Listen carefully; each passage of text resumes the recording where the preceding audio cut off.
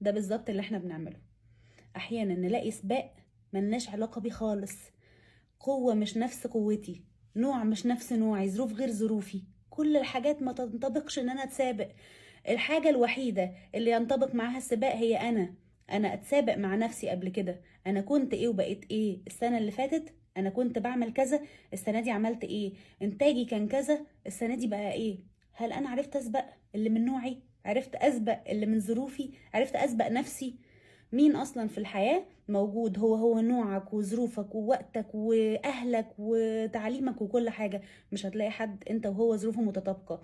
اذا اي سباق هتخشه مع اي حد غيرك انت فيه هتكون خسران، مش هتلاقي نفسك كسبان فيه.